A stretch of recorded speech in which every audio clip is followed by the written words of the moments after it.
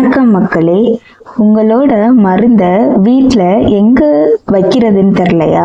அப்போனா இந்த full video பாருங்கள், எங்கே சேஃபாக வைக்கிறதுன்னு நான் சொல்கிறேன்.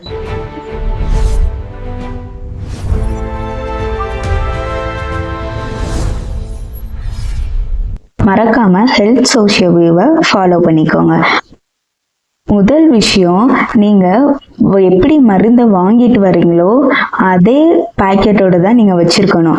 பேக்கெட்டை விட்டு நீங்கள் பிரித்து அப்படியே வச்சிங்கன்னா அதில் லைட்டு, காற்று எல்லாமே பட்டு அந்த மாத்திரை உங்களுக்கு நல்லது பண்ண வேண்டிய இடத்துல அது டாக்ஸிக்காக மாறிடும். அதனால எப்பயுமே மருந்தோட கவரை அப்படியே தான் நீங்கள் வச்சுருக்கணும். அடுத்து இந்த 3 ரூலை எப்பயுமே ஃபாலோ பண்ணிக்கோங்க. இது இரண்டாவது விஷயம். மருந்து ஸ்டோர் பண்ணுறதுக்கு முன்னாடி நீங்கள் சில மருந்தை சில்லான இடத்துல வைக்க வேண்டியதாக இருக்கும். சில மருந்தை தண்ணி இல்லாத இடத்துல, ட்ரையான இடத்துல வைக்க வேண்டியதாக இருக்கும். சில மருந்தை இருட்டில் நீங்கள் வைக்க மாதிரி இருக்கும். ஏன்னு நான் அடுத்ததில் சொல்கிறேன். ஏன் அப்படின்னு பார்த்தீங்கன்னா, அதாவது இப்போது நீங்கள் சுகருக்கு நிறையா பேர் இன்சுலினை எடுத்திருப்பீங்க. அது சில்லான ஒரு கிளைமேட்டில் தான் அதை வைக்கணும். 2 to 8 டிகிரி செல்சியஸில் தான் வைக்கணும். அப்படின்னா தான் இந்த மருந்து கெடாமல் இருக்கும். நீங்கள் லைட்டோ வெளிச்சத்துல போய் வச்சிங்கன்னா இது டாக்ஸிக்காக மாறுறதுக்கு கூட வாய்ப்பு இருக்குது.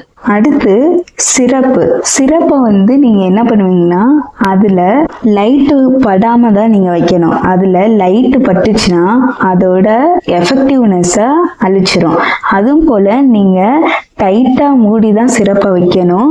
நீங்கள் எப்பயுமே சாச்சோ வைக்கக்கூடாது, நேராக தான் வைக்கணும் சிரப்பை. அடுத்து சில சிரப்புக்கு ப்ரௌன் கலர் டப்பா அதிலே இருக்கும். ஸோ அந்த ப்ரௌன் கலர் பாட்டில் எது கொடுத்துருக்காங்கன்னா அது லைட்ல இருந்து அதை ப்ரொடெக்ட் பண்ணிக்கிறதுக்கலாம். ஸோ நீங்கள் இந்த ஐடியாவை ஞாபகம் வச்சுக்கணும். எந்த மருந்துக்கெல்லாம் உங்களுக்கு சிரப்புக்கெல்லாம் இந்த ப்ரௌன் கலர் பாட்டில் இருக்கோ அதெல்லாம் லைட்டு பட்டா கெடுறக்குரிய மருந்து. என்னென்ன மிஸ்டேக்கை அவாய்ட் பண்ணணும்னு நம்ம பார்க்கணும். மருந்துகளை எப்பயுமே பாத்ரூம்ல வைக்கக்கூடாது. சில பேர் தைராய்டு இருக்கிறவங்க அவங்க மருந்து காலையில் எடுக்க வேண்டியதாக இருக்கும். அவங்க மறந்துடுவாங்கன்னு சொல்லிட்டு அவங்களோட மருந்தை பாத்ரூம்ல வச்சுருப்பாங்க. காலைல எழுந்திரிச்சு ஃப்ரெஷ்அப் ஆகி அங்கேயே மாத்திரை போட்டுடலான்னு. ஸோ அந்த மாதிரி பாத்ரூம்ல எப்பயுமே ஸ்டோர் பண்ணக்கூடாது. அடுத்து எந்த ஒரு மாத்திரையுமே ஒரே கண்டெய்னரில் நீங்கள் போடக்கூடாது. தனித்தனி கண்டெய்னரில் தான் இருக்கணும். உங்களுக்கு சுகர் இருக்கலாம் அப்படின்னா சுகர் மாத்திரையை நீங்கள் தனியாக வைக்கணும். உங்களுக்கு பிபி இருந்ததுன்னா பிபி மாத்திரையை தனியாக வைக்கணும். இது எனக்கு பிடிச்ச ப்ராடக்ட்டு ஃபர்ஸ்ட் எய்டு கிட்டு, அதுக்கப்புறம் மல்டி பில்லர் ஆர்கனைசேஷன். இது எனக்கு யூஸ்ஃபுல்லாக இருக்குது என்னோட டேப்லெட்ஸை வைக்கிறதுக்கு. ஸோ உங்களுக்கு யூஸ்ஃபுல்லாக இருக்கும்னு நினச்சிங்கன்னா மறக்காமல் டிஸ்கிரிப்ஷனில் இருக்கிற லிங்கை கிளிக் பண்ணி வாங்கிக்கோங்க. அடுத்த விஷயம், எந்த ஒரு மெடிசனையுமே ஷெல்ஃபில் நல்லா ஹைட்டான இடத்துல தான் வைக்கணும். அந்த மாதிரி வச்சிங்கன்னா குழந்தைகள் அந்த கலரை பார்த்து எடுத்துட்டாங்கன்னா அது ஆபத்தாக போய் முடிஞ்சிடும். அடுத்து மருந்தை வாங்கி நம்ம போடுறதுக்கு முன்னாடி முக்கியமான கவனிக்க வேண்டிய விஷயம் எக்ஸ்பைரி டேட்டு. ஸோ எக்ஸ்பைர்டான மருந்தை நீங்கள் போடும்போது அப்படியே போடாமல் நீங்கள் வீட்டில் இருக்க குப்பைகளோட கலந்து தான் போடணும். அது எப்படி குப்பைகளோட கலந்து போடுறதுன்னு பார்த்தீங்கன்னா, நீங்கள் நல்லா மருந்தை உடைச்சி குப்பையோட வேஸ்ட்டில் கலந்து நீங்கள் அப்படி தான் டிஸ்போஸ் பண்ணணும் இந்த மெடிசன்ஸ் எல்லாம்.